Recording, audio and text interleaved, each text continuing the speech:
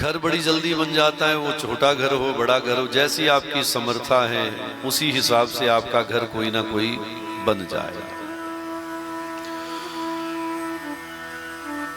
मायने ये नहीं है कि घर बना है नहीं है, छोटा है या बड़ा घर है, मतलब तो ये है कि घर में रहने वालों का माहौल क्या है। जब घर में रहने वाले लोगों का जो एनवायरनमेंट है, जो माहौल है वो सात्विक होता है, तो उस घर में भक्ति का वास होता है, उस घर में भक्तों का वास होता है और उसी घर में भगवान का भी वास होता है।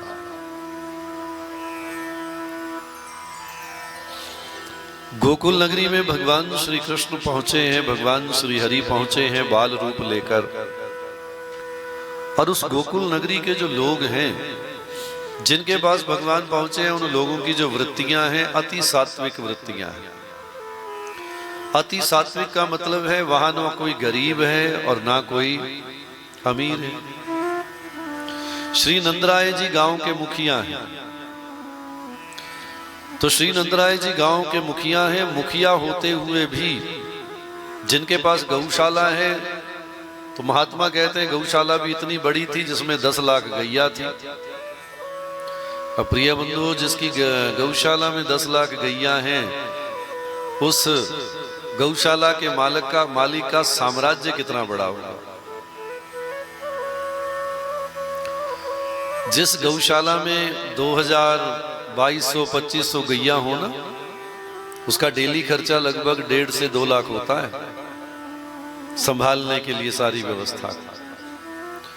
जिसकी गौशाला में 10 लाख गौएं हैं, उसके साम्राज्य की कल्पना करके देखिए कि साम्राज्य कैसा होगा।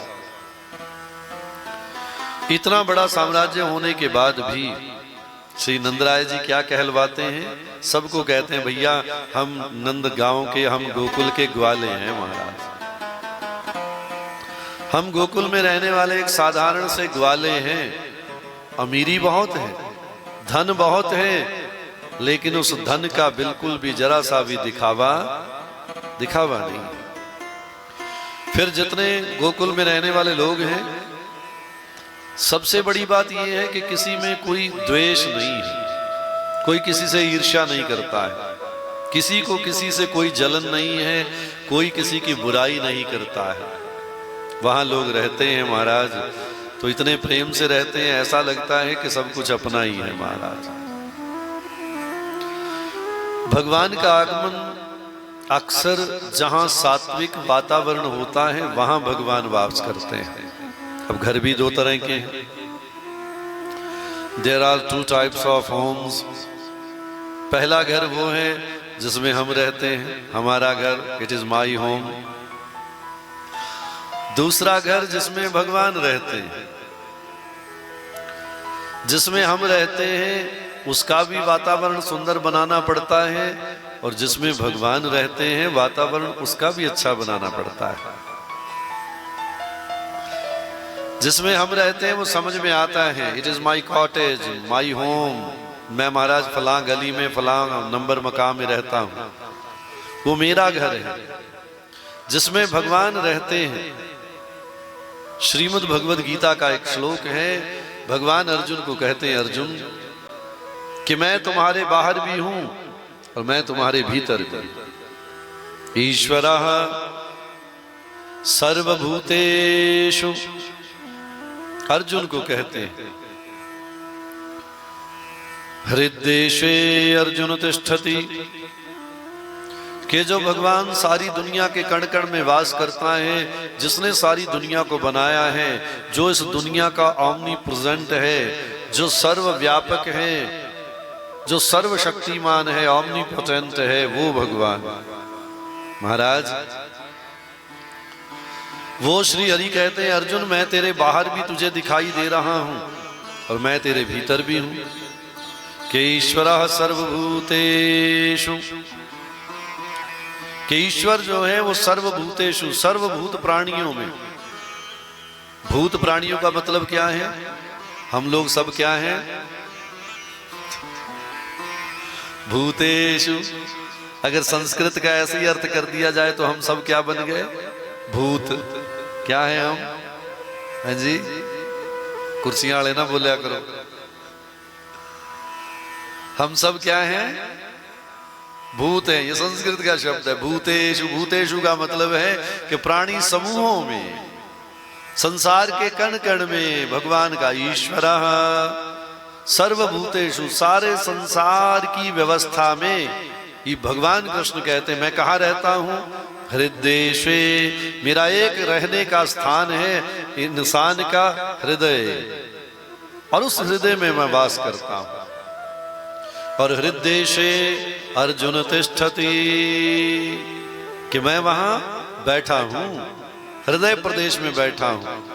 किसी सूफी महात्मा से किसी ने कह दिया, सूफी महात्मा ना बड़े दीवाने होते हैं, जैसे बुल्ले शाह हुए, जैसे पलटू दास हुए, जैसे सरमद हुए, जैसे सहजोबाई हुई, ये सूफी हैं।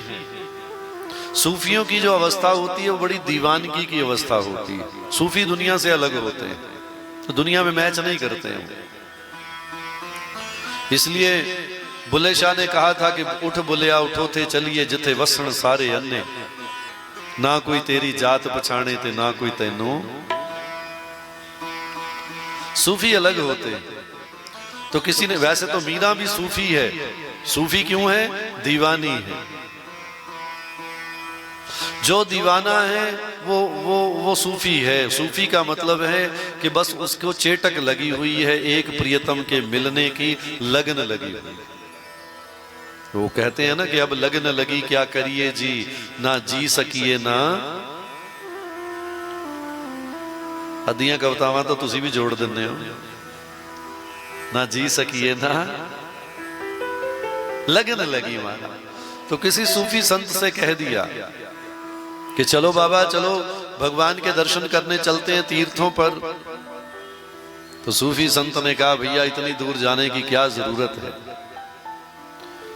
इतनी दूर जाने की क्या जरूरत है। उसने दो पंक्तियां कही कि दिल में ही है तस्वीर यार, कि दिल में ही है, दिल में ही है तस्वीर यार, कि दिल में ही है वो।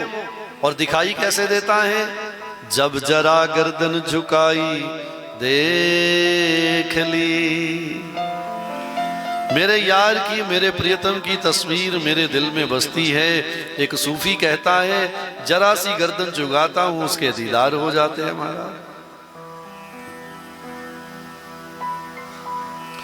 वो दिल भर दिल में वास करता है। ईश्वरः सर्वभूतेषु हृदयेशे अर्जुन तिष्ठति। वो भगवान, वो सर्वव्यापक हरि जो है जन जन में कण कण में वास करता है। तो श्री एक घर वो है जिसमें हम रहते हैं और दूसरा घर वो है जिसमें हमारा भगवान रहता है, और दोनों का वातावरण सुंदर बनाना पड़ता है। घर का वातावरण सुंदर बनता है, सुबह उठो, स्नान करो, धूप अगरबत्ती आरती करो, घंटियां बजाओ, शंख बजाओ, खड़ताल बजाओ महाराज, पूरे घर के वातावरण की शुद्धि हो जाता है। ये जो शंख बजते हैं ना, ये एक मान्यता है कि जिस घर में, जिस मोहल्ले में, जिस शहर में शंख की ध्वनि जहां तक जाती है महाराज, वहां तक प्रेतों का वास नहीं रहता है, प्रेत भाग जाते हैं महाराज।